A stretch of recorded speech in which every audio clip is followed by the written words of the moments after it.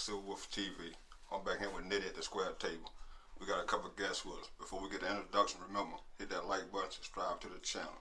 We got over 50 years plus of prison stories we're going to bring to you. With no further delay, Nitty, what's up, baby? Hey, man, what's going on? What's going on, YouTube? Man, I'm here, man, with my special guest, man. And one of them in particular, a very old friend of mine, man, that we really been in the trenches together, man. Really been in these prisons that I've been telling you all about.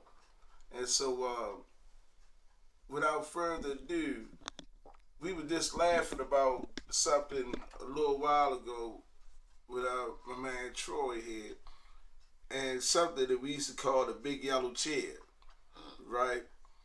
So, one of the things about prison was that you had to have a release, or the time would start doing you. You know, unfortunately, we had to see a number of our friends basically go insane, go crazy, because maybe whatever they was going through became too overwhelming, or they didn't have that release. So one of the things that we used to do was we used to smoke weed, right? And we would be in a rec hall, and we would have this jailhouse wine, but it was good, right? It was definitely good, and we would get so high and drunk in an attempt to escape the reality of what was going on, that was our way of saying, damn, for just a little while, I don't have life plus this, life plus that, running wild, right? And that was one of the things. But I asked you, Troy, what was the most funniest part to you about the rec hall and the big yellow chairs? Hold up, before you begin, bro. Introduce yourself. You want to tell me how much time you did? My name Troy. I ain't had life. I had 40 years, but this is my second bit, and I did 22 on the 40. And like my man say, sometimes, comrades who thought alike, did alike, we would get together, and enjoy ourselves, and forget about where we at for a while, and as we used to call it, our conversation, we used to call them going uptown. Yeah. You know what I mean? Yeah. That's what we used to call it, going uptown. And that's how we used to have to be there for each other, man.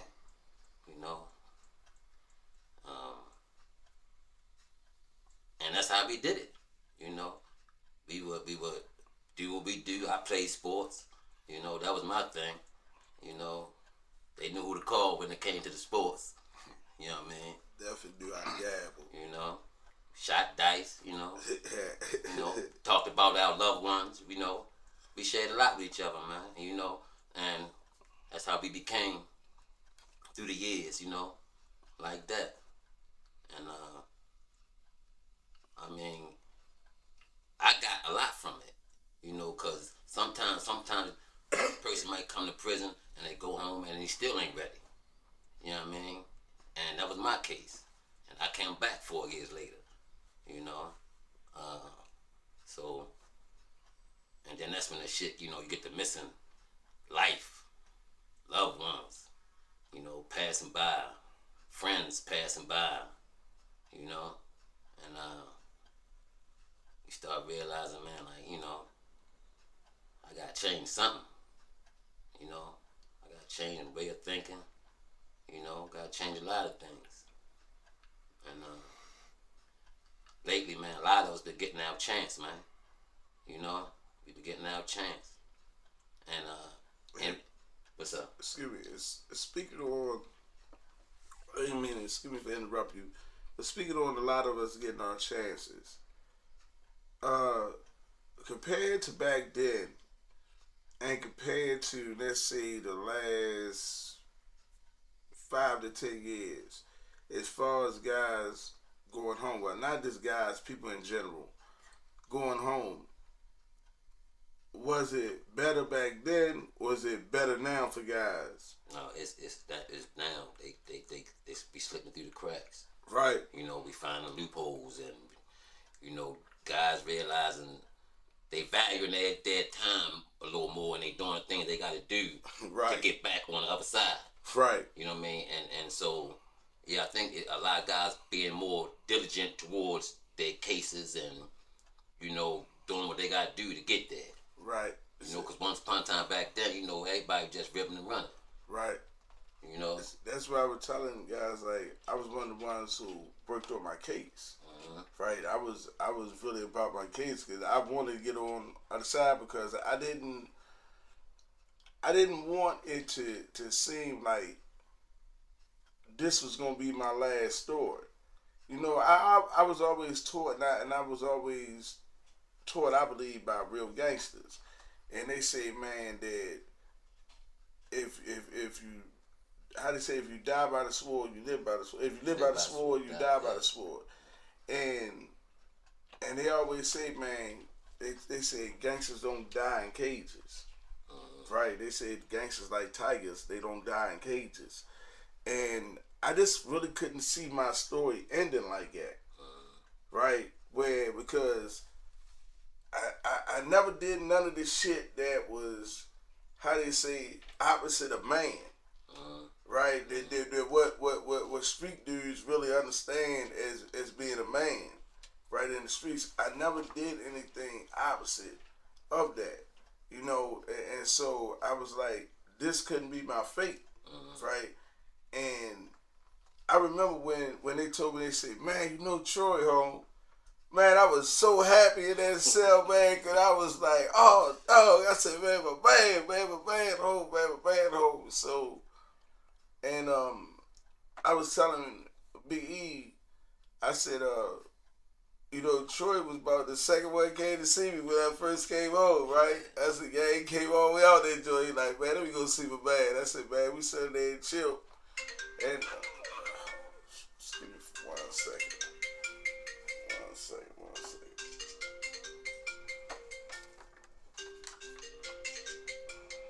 So, bro, when you first hit the street after you got out, how was it? How different was it from when you first went in after the 22 years when you first got back out? Well, first thing I noticed, it was more people and more cars. You know, cars on the highway, it was a lot more people around, and the technology is what got me. You know, because I fell in '96, and that's when everything was www. You know, that's when all that jumped off. So I missed that whole evolution.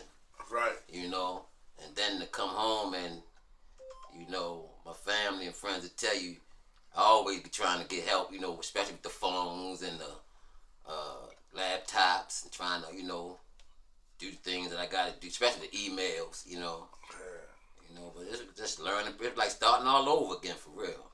Is it still a little difficult for you? Yeah. And see, that's how Yeah. that's how I was I've been home, saying. and I've been home 5 years. You know? And it's still, that's what I was saying. And when I was explaining and to the female viewers out there, I said, man, I said, for a woman, you really have to respect a woman who can actually stick by a man who's just coming home. I say, because she has to have that patience, understand, like, she has a whole nother child. Because she's teaching him, because he don't know nothing about this world that's out here now. He don't know that, so she teaching him all this. So she's a wonderful human being for doing that.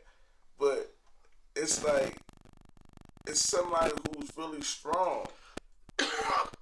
It's sad now because it seemed like, I don't know if it comes from years of females feeling like they was mentally abused by guys and emotionally abused by guys, because they really are on some I'm only for myself shit now, right? They like really, when they come down to the general sense of it, and I'm not speaking about all females, right? But a great number of them, they look at it like this: the guy is something when my rose is on the fritz or whatever. You know what I mean? But you know what I mean. Try to get this other rose in, but it's sad because you see a lot of them, and like you can't even really talk to a female now without her having her hand out from the very beginning. Well, And man, you know, let me jump in there real quick. Was it different back then? Did they have their hand out back then, or do you think it's a new thing, or they always been like that? I'm saying, here's the thing. Even if they was like that back then, they had a better game with it, right? They had a better game with it. They made you feel like, hey man, yeah, she made me feel good, so yeah, here, take my money, right? But now it's like you don't even want to make me feel good. You just like, hey, look, give me your money, and I look good being with you, so you know, hey, you should be happy. No, right? It's so. I think that what a lot of ladies they have forgotten that we're people too. We're not ATM machines. We're personal ATM machines, right? And you know, but the ones who show that they deserve it, sure you can get these things, and we can provide it for you. You know, sure you can get these things, but at least make us feel good about ourselves. You know, be happy to see us when we come in the house. Don't just coming in like, look, like women always talk about. You know, we just had an episode about this where women faking it during sex. Well, here's another thing. Fake it with this. Act like you happy to see me when I come to the house. I want to give you my money. And this like come on. So, But I think like now it's like we older and they older, and so it's like they know what they want, and we supposed to know what we supposed to do. You know what I mean? And, yeah, but it's a real my way or the highway thing going on, man. And I'm like, I guess I'm somebody caught up back then, like, because one female actually told me that, said, oh, so you see, that's that 1990 shit. I was like, no, I just thought it was normal shit. Like, hey, show me that you respect me, show you like me, like everything. Like, all right, look at it like this. Every time I talk to a female, I should not have to have our lawyer and accountant there, right? Because I'm in a negotiation, right? We like, I give you like the things that we can provide, and we do nice things for the women who make us feel like they care something about us, right?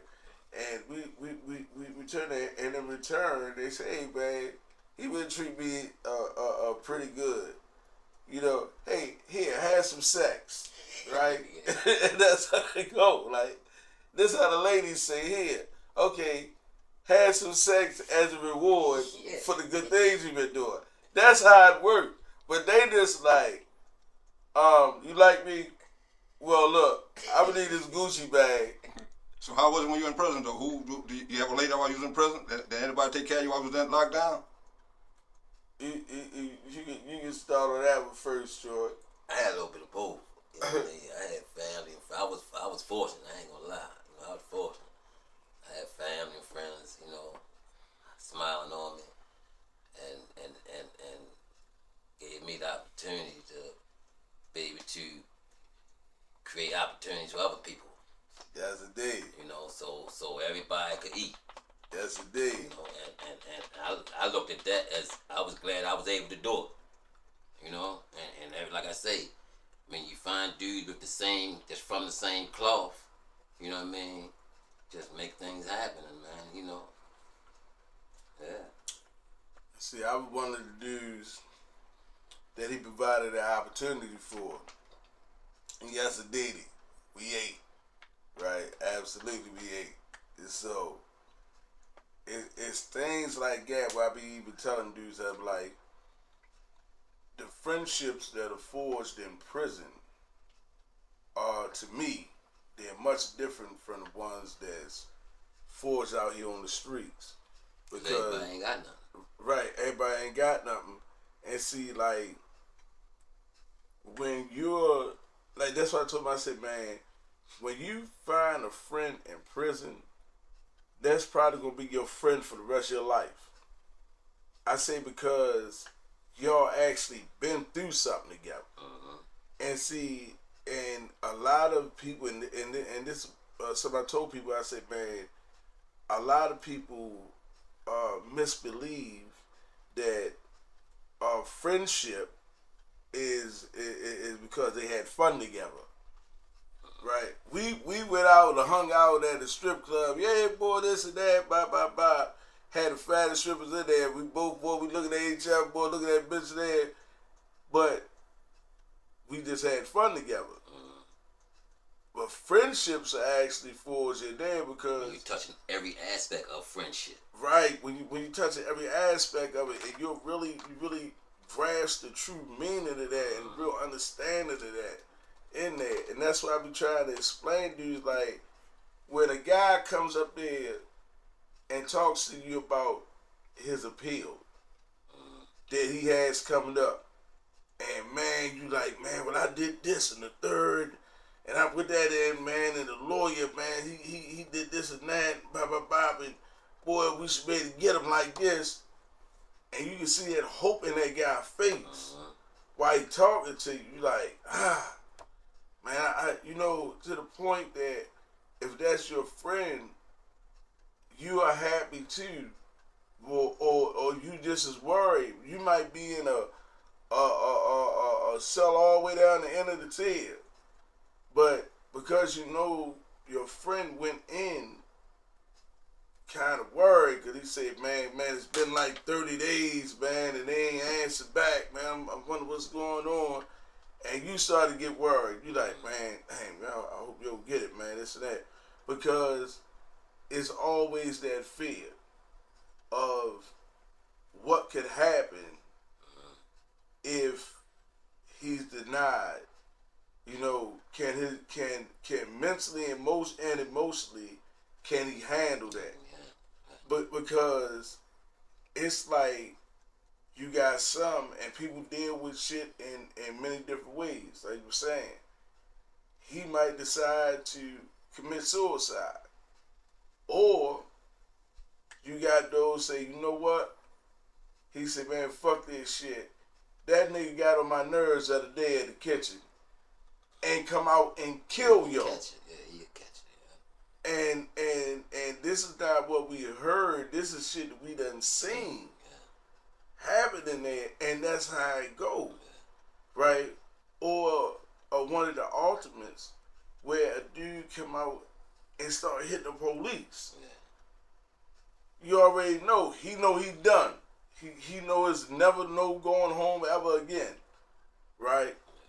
And that is the type of decisions that's being made locked in themselves like that, right?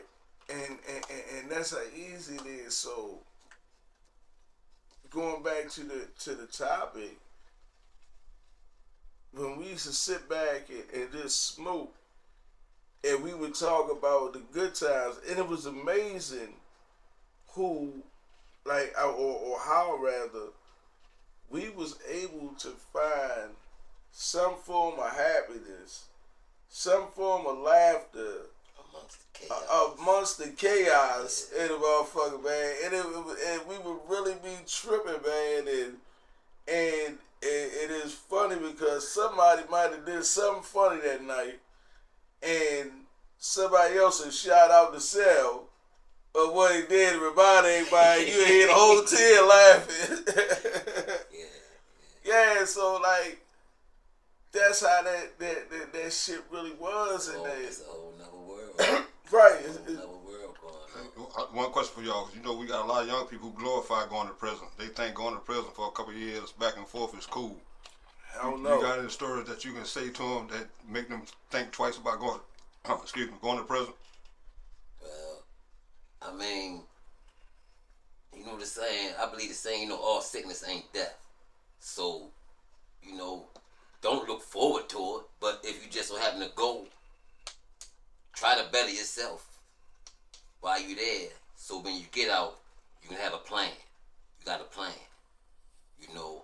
Whatever it is, whatever kind of plan, you got a plan. And cause everybody don't have access like everybody or resources like everybody. So you can't tell another man what to do and what not to do. You just whatever he do, you just hope he hold his weight, hold his water. You know what I mean? And when he get out,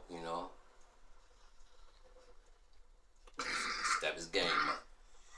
Cause life been going while we was gone. And so we late. Yeah, and we can't catch up. But we just gotta do what we gotta do to, just keep it moving, man. Right. And be a help to us and others instead of burdens, Right. So in other words, just don't go get something out of it. Go learn something. Yeah, you get something out of it. See, that's one thing. It seems like it isn't pushed enough in prison as it was when we came through, and that's education. Yeah, 'cause remember the time they had the college classes, and then they seen how many people was getting with it, and took the classes out. Right, and took the classes and was getting all these different degrees and stuff like that. And it seemed like one of the things that we in our community have also forgot about, amongst all these other weapons, our mind and how creative our minds are, right? And that's even if we're speaking on a race of people or people in general, right? But it seemed like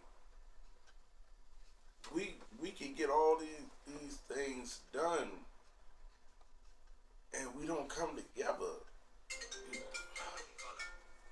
Hold on, excuse me for a second. Mossberg, anything you want to say while you're holding on? Introduce yourself. Mossberg. You know what I'm saying? That's it. 1482. He's out on the 20. That's Mossberg. Yeah. So it seems like it's so much different now. Right, it's for you, and you've been out here longer than me, right? How has it changed in some ways? The game I'm talking about. How has it changed in some ways for you?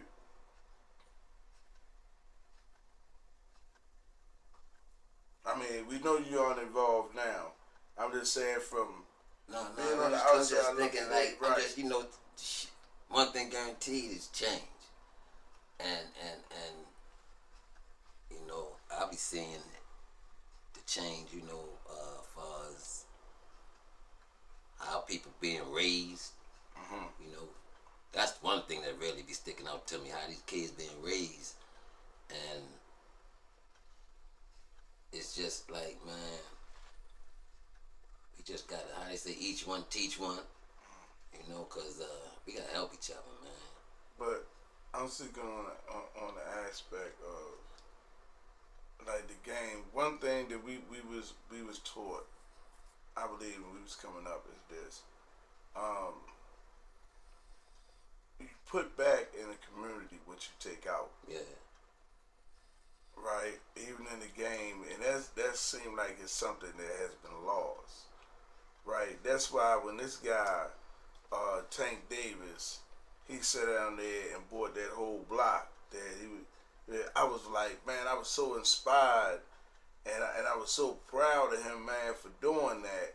And I never met him in person. I would love to, right? But I was so proud of him for doing that because he was putting back in the community. That's right? Shit. Like I look at it when I'm riding through Baltimore and stuff like that, and from east side to west, and I see how so many houses have been, you know, tore down or abandoned. You see like whole rows of houses now. It's like boarded up, and it remind me of the fall of Detroit. You know, it's starting to seem like it's like Automobile industry. right when they started that, they were taking away a lot from that. It's like I wonder, man, like what's going on with our community, because everybody seems to have been like they kind of lost, right? They say like to me like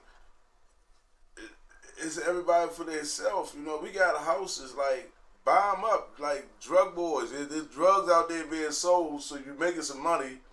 Buy the damn houses, right? And so you can make affordable living. Put back into the damn community that you have bled dry, right? We're not on that Charleston White sucker ass stuff. See, I know it's YouTube now. I gotta be careful what I say.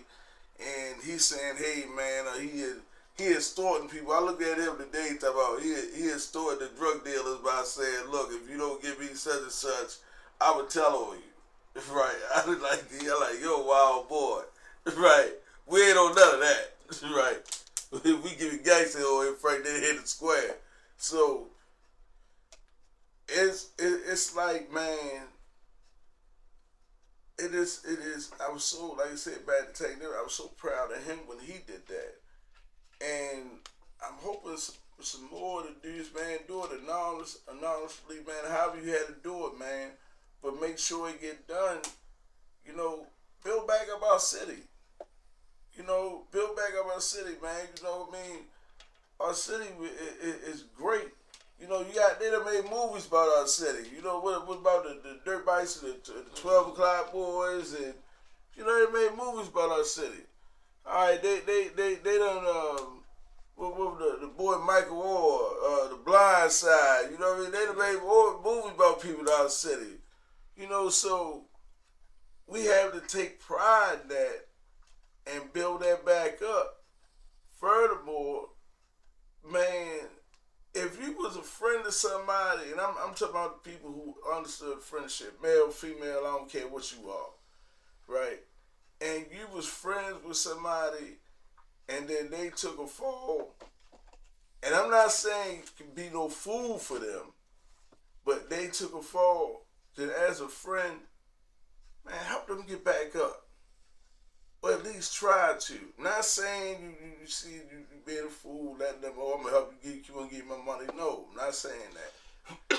I'm saying, but be a friend. Be that motivation, that inspiration for them to get back up. That's one of the things, man, that I loved about the streets before we fell. Everybody had somebody. It seemed like it was more organized, and it was almost like it was more family oriented, right? It was more like people say, "Hey, man," somebody can get ready to take your life, but somebody can actually step in and say, "Hey, man, look, spare yo, man, I got it, man, my little man," and let it go. Respect was still there. And the respect was still there. We got a minute left, y'all. 30 seconds for each one of y'all. Anything you want to say to the young people about not going to prison? Man, just value your life and value your loved ones, man. And I'm gonna leave it at that. Need to go ahead and close us out. Hey, man, as always, man, I appreciate y'all, man, and I ask y'all to please keep on subscribing to Silver Wolf TV, man, so we keep on bringing y'all the hot topics, man, and the things, man, the things that you know is real, you know, and ain't nothing scripted about us. All right, y'all be easy. Peace. Thanks for watching, y'all. Peace out.